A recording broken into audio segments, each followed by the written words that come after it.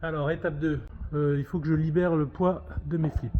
Et de toute façon, j'avais prévu que une des rangées de flippers soit pas sur le plancher. Donc, je vais vous montrer comment ça, enfin mon idée.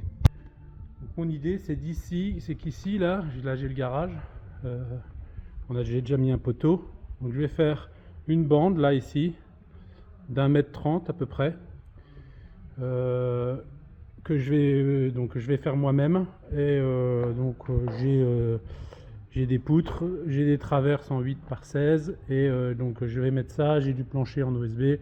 Donc le but c'est de faire cette rangée là-bas pour que ici j'ai toute une rangée de flippers. Je pourrais en mettre peut-être 10 environ.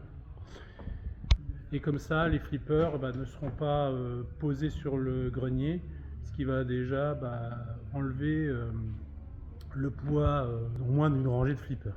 Donc voilà, tout ça dans le but d'alléger au maximum pour qu'on soit sûr qu'il n'y ait pas de risque. Bon, le poteau est fixé, équerre ici, sur l'escalier. Ici j'ai mis des profils hantés, enfin des cornières. Voilà. Là j'ai préparé ma première traverse en 8-16.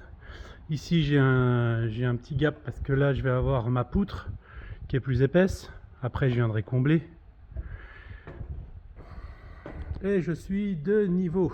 Donc maintenant ce qui va me rester à faire, enfin la suite des événements, il reste plein de choses à faire. Une autre poutre, une traverse, et après, enfin un autre poteau je veux dire, une traverse, et après on mettra la poutre.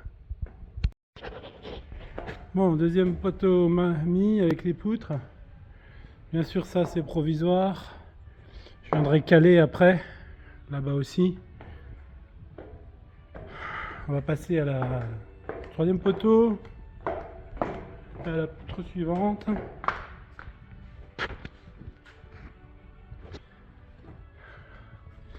Elle est prête. Allez.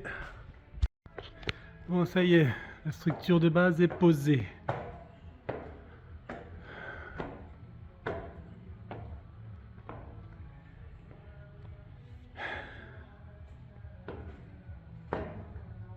Bon, maintenant, il faut que je mette des traverses tous les 60 et puis après l'OSB. Et j'aurai une belle passerelle à flipper.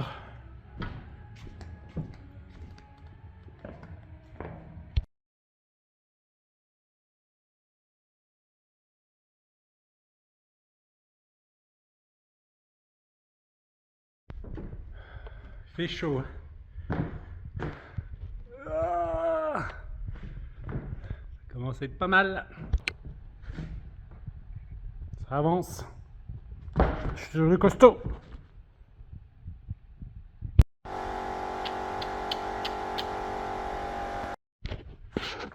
Bang, bang, bang. Ça y est.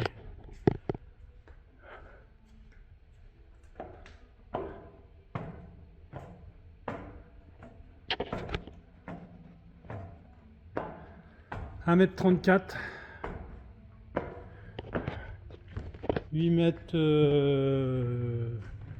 m je crois, et puis une petite diagonale ici.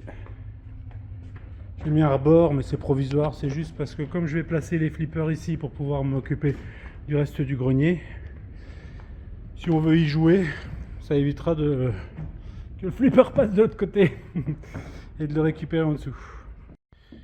Voilà, j'ai ce système de levage là qui est vraiment super pratique.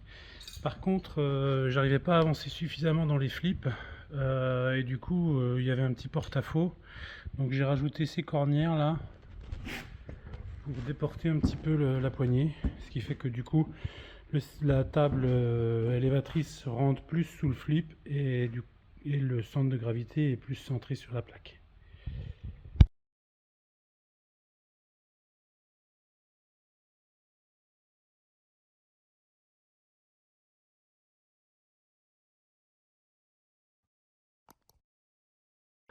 Fin de la deuxième étape.